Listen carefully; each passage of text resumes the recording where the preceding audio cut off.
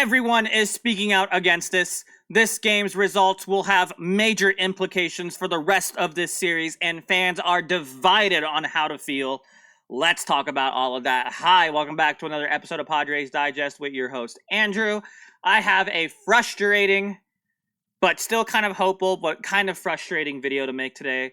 I had to re-record this because I was such a frustrated mess. I was ranting for like 14 minutes. Let's talk about that in a sec. Quick two things, of course. Stick around to the end of the video because we do have some post-game fan reactions where I get you guys, the fans, involved. Post on Twitter, post on the subreddit. Maybe we'll be featured on the channel. And as always, please subscribe so we can power through this with the power of friendship because these games are stressful. Very stressful. Let me just get into today's lineup before I blow a gasket. Wrong button, don't mind me. The pros and cons of today, because there are some pros and there are some cons. And is this game on Shildt? So, this image popping up says a lot about this game. A lot of frustration, a lot of, I don't want to say getting screwed, but a little bit of that. And like, it's a lot, okay? I don't want to like dive too deep into it. I gotta like calm myself for this because I want to make sure I present to you guys the actual facts without too much emotion. But Dodgers 8, Padres 7, a wild one in the first meeting of the season between these two NL West rivals. 4 lead changes, including 3 in the first 3 innings. Xander Bogaerts flies out to end it with Jackson Merrill on second as the tying run. So, yeah. Let's just jump into the pros. I just want to get those, I don't say out of the way, but let's just get into them. The Padres offense does rise to the competition, kinda. So yeah, I mean, I can show you the box score. What I really liked seeing at the beginning of the game was obviously scoring, but like the fact that the Dodgers scored 2 in the first, and then we answered back, and then we even scored in the second, and then they scored 3 runs, and then we scored 3 runs to answer. I absolutely love that. That's the most offense I've seen in like 2 weeks, basically. I don't even know the last time we scored this much this early, but a lot of good offensive performances to start. And that's why I said kinda. Because it kind of drops off. And we'll get into that in the cons. But, yeah, the next thing, Padres still have tons of heart. There was a lot of heart on show for today. I mean, I don't know which thumbnail is being shown right now, but if it's the Morejon one, you saw Morejon with so much heart pitching, and I have some graphics and stuff to show you guys. But another player who had a lot of heart today, Tyler Wade. I love Tyler Wade. So much so that I put I love Tyler Wade as my last pro. And this kind of goes into the same thing about Morejon. The bullpen can be effective against elite hitters. I mean, again, I can show you. Sean Reynolds looked good. Yuki Matsui not as good, but still, I mean, I still love Yuki. Estrada looked good. Morejon looked good. Suarez looked good. So we can definitely face these elite hitters from the Dodgers. Pivetta, on the other hand, did not look great, but I also think it's a result of the Dodgers just being a really good team. You probably saw Christian's video, if you didn't watch it, where he talked about the Padres-Dodgers matchup, and the Dodgers offense is like, I think top 2 or top 3 in the league. I think Yankees are number 1. I already forgot. But they're really good. You obviously saw that on display tonight, but yeah, let me show you some stuff. Padres and Dodgers have combined for 11 runs in 3 innings tonight, and that's more than they did the entire 3-game series this past weekend. So that's absolutely insane. Another insane stat, Fernando Tatis Jr., Luis Arraez, and Manny Machado each recorded a hit in the bottom of the first tonight. It was the first time all 3 players got a hit in the same inning since May 10th when the Padres scored 20 runs at Coors Field. May 10th. That is almost literally a month ago. That's how long it's been since our top 3 hitters have gotten a hit in the same inning. That is so insane to me. It's great, and it's really bad at the same time. But surprising but true, Tyler Wade with runners in scoring position this season. 142 weighted runs created plus .368 batting average, .899 OPS. I am a Tyler Wade supporter. I love Tyler Wade so much. Even if he's not like a big role player on this team, he fits, or like he's not a big name on this team, but like he fits the role so well, and he fits the vibe so well. Pivetta faced the heart of that Dodgers lineup and held them scoreless, having to get 6 outs. Otani missed strikeout, fly ball in twilight, X mishandling a sure double play. That's a hell of an ending considering not his best night. We'll get into the defense in a sec because obviously I have a lot to say about the defense today. And then finally, that throwing error would have derailed Morejon earlier in his career. If you're still hung up on young Morejon and not enjoying present Morejon, you're just doing it wrong. I love Morejon right now. Morejon might be one of my favorite arms out of the bullpen. Like, I have my little three. B-Rod just got injured, and I'm so sad about that. But once I get more information, we can make a video about that. But our little three, Morejon, Estrada, there's so many likable arms in our bullpen who are just really good, not including Wandy Peralta. But we'll talk about Wandy Peralta in a sec. But let's talk about the cons, because there's a lot of cons. Don't get me wrong. A lot of pros, but a lot of cons. The Padres cannot hit the Dodgers bullpen. Look at this. Banda, no hits. Visa. Oh my God, how do you say his name? Alex Visa? I already forgot. I don't care. He's a Dodger. 0 hits. Kirby Yates, 0 hits. Tanner Scott, the only player who kind of sucks on their team. Only 1 hit, 1 run. I don't know what it is, but ever since last year included in the playoffs, Padres cannot hit the Dodgers bullpen. I have no idea why, because, like, they're not even great. Like, don't get me wrong. You're, like, fine, but, like, 405 from Kirby Yates, 411 from Tanner Scott. I mean, it's not awful, but, like, I still think we can do something with that. You know what I mean? Besides going hitless for, like, what? 6th to the 10th, I think we were hitless, or just, like, scoreless. It's frustrating. The worst part is there's probably going to be a bullpen game tomorrow because the Dodgers don't have a starter tomorrow. So, shoot. Please hit tomorrow. Please get a hit tomorrow. And then score lots of runs tomorrow. I beg you, Padres, because we'll get into this in a sec before I hit my next point. But the horrible, horrible little league-looking defense. What are we doing? This is a spotlight rivalry, one of the biggest games of the year. And yes, I know it's June. Yes, I'm overreacting. But what are we doing? I can show you the image again from earlier. Ohtani missed strikeout. That's not our fault. Fly ball in twilight. I played outfield back in the day, so I kind of get the lighting. But, like, don't we always play in twilight? Like, what was different about today? Like, the game was at 6:40. Like, what changed? You know what I mean? But, like, yeah, that sucked. And then, of course, I forgot what I said. The Xmas hailing a double play. We got out of that. Morejon chucking the ball to, like, the stands. We got out of that one. Lockridge. Lockridge. We'll get into it in a sec, but Lockridge annoyed me today so much. And we'll talk about it in a sec, like I said. But, like, there's so many defensive mistakes today. I can't even remember. The double play one where, like, they threw it, or, like, Bogaerts fielded it, and he threw it to Cronenworth, and Cronenworth didn't grab it, but Machado saved our life. Like, it looked awful today. I know our defense has been bad this year, but today we looked awful. Bullpen is now taxed. We have used the living heck of our bullpen these past couple of days. This whole week, basically. And we already used Matsui, Reynolds, Estrada, Morejon, Suarez, Peralta.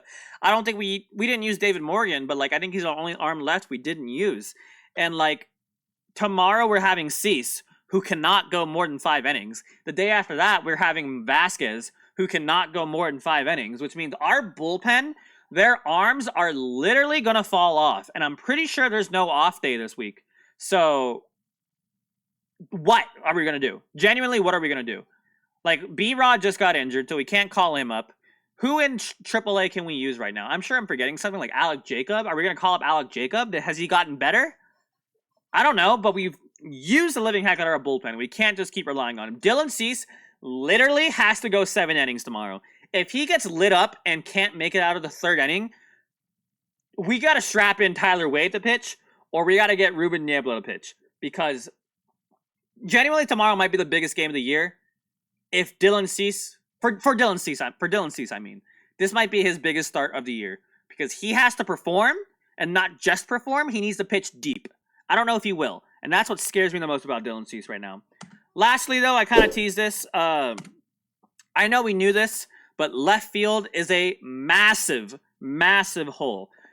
Brandon Lockridge pissed me off today. The worst I've ever seen him play. The fact that, and this goes into the Shildt point too, but the fact that we took out Wade, who looked good, for Lockridge. I know why he did it. He did it for the lefty-righty matchup. But Lockridge, 2 strikeouts looking like he didn't know what he was doing. And then the Wandy Peralta. The thing I'm not mad about Wandy Peralta is some of those weren't really his fault. Lockridge, the only excuse I'll give Lockridge is the ball was a hit at 105 miles per hour off the bat. And that's obviously hard, and it's hard to field. But your one job, Lockridge, is to be fast and play defense. Like, hitting, I'll forgive. Fine, it's not your thing. But come on, man, especially in these situations, you can't be making mistakes like this. You are a big league outfielder. Yes, things happen, but you are a professional whose specialty is to play some good defense. What are we doing? And the second part, the ball hitting off the bag, that's so unlucky. I think it would have been a base hit anyways, but it was so it was frustrating. It was so frustrating. But yeah. The other thing I didn't mention that's not really a con or a pro, but it's just like it's a result of baseball. The umpires today sucked.